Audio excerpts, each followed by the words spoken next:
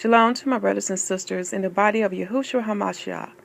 And this is a continuation of Yahuwah's calendar, and this is part 13, and the title of the seasons. So we're going to learn how to observe Yahuwah creations in the heavens to determine the seasons, which are spring, summer, fall, and winter. So I'm going to open up with two verses. Genesis chapter 8. Genesis chapter 8. While the earth remaineth, seed time and harvest, and cold and heat, and summer and winter, and day and night shall not cease.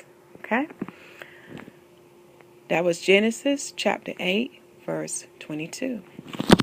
The next verse I would like to read is one of my favorite verses, and it's in the book of Daniel, chapter 2, verse 20 to 21.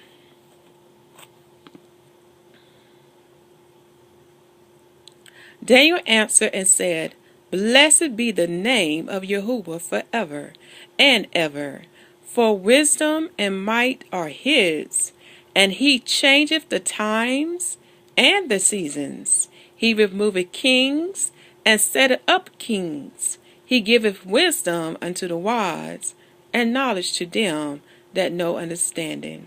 I'm also going to read verse 22. He revealeth the deep and secret things. He knoweth what is in the darkness, and the light dwelleth with him. Verse 23. I thank thee and praise thee, O thou Yahuwah of my fathers, who has given me wisdom and might, and has made known unto me now what we desire of thee, for thou hast now made known unto us the king's matter. So again, the lesson title is Seasons. The Most High made the moon, the sun, and the stars, and all these work together, and each of them have a certain purpose in his calendar.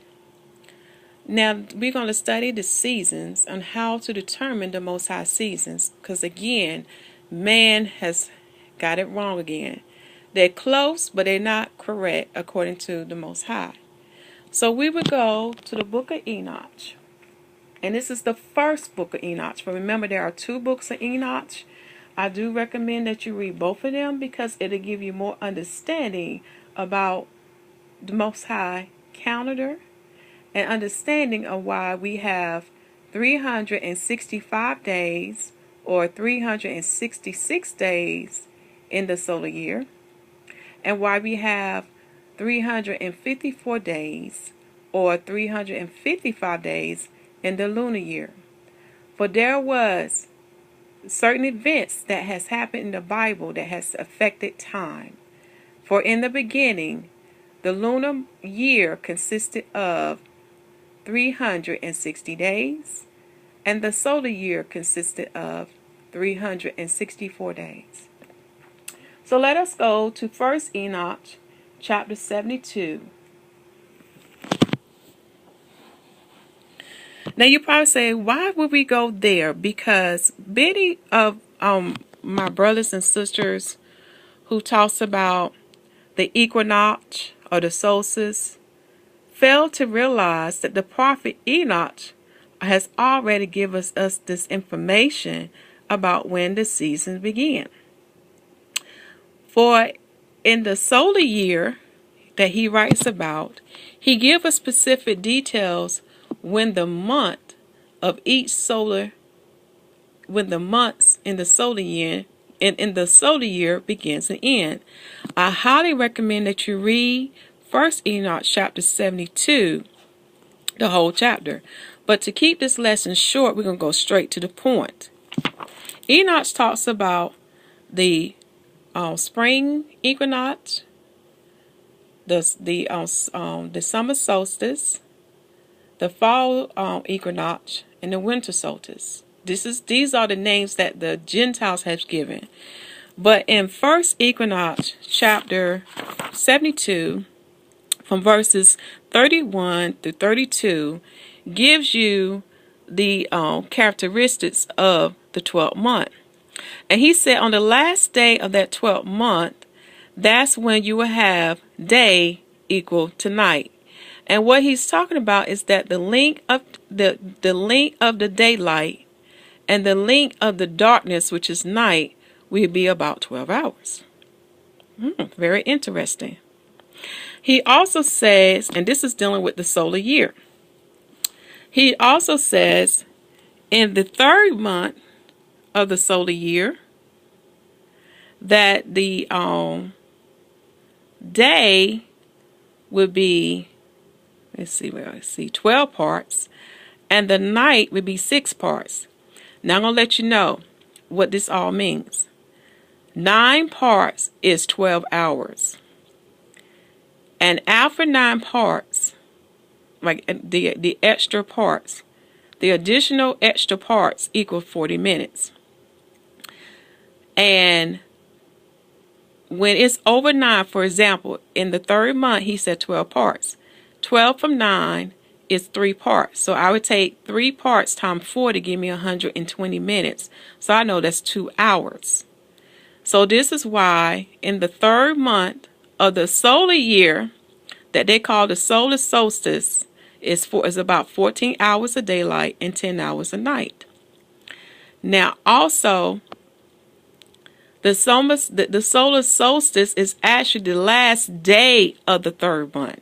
That's the last day of spring. So this is how we know that spring has ended.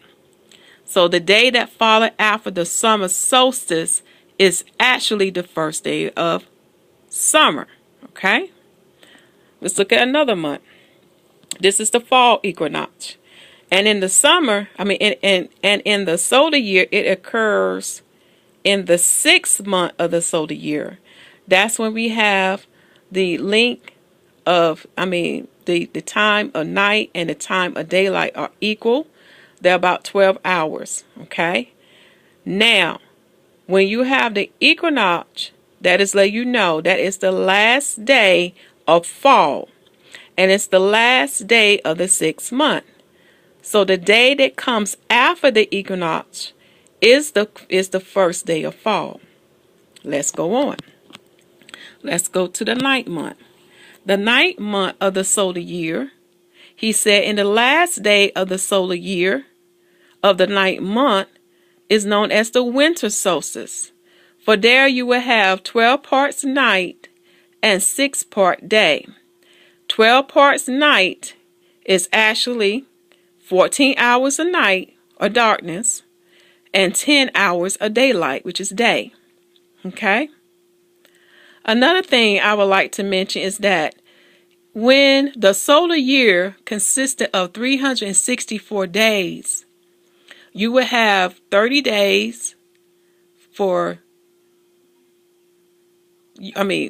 how it works in each season. Each season will have a total of 91 days. So you will have 2 months with 30 days and a month with 31 days. Now, if you look at the heathen calendars, they are not following that pattern, nor are they observing the heavens. Now, because there was a certain event in the Bible that happened that affected time, this is why we have 365 days and 366 days. So, when you observe the heavens now, you will no longer have 91 days in each season. It can vary to be 91, it can be 92, or 93. And in the next video, I will provide examples of what I'm talking about, because I had tracked the lunar solar year from the year of 2015 through 2016. So click on part 14. Shalom.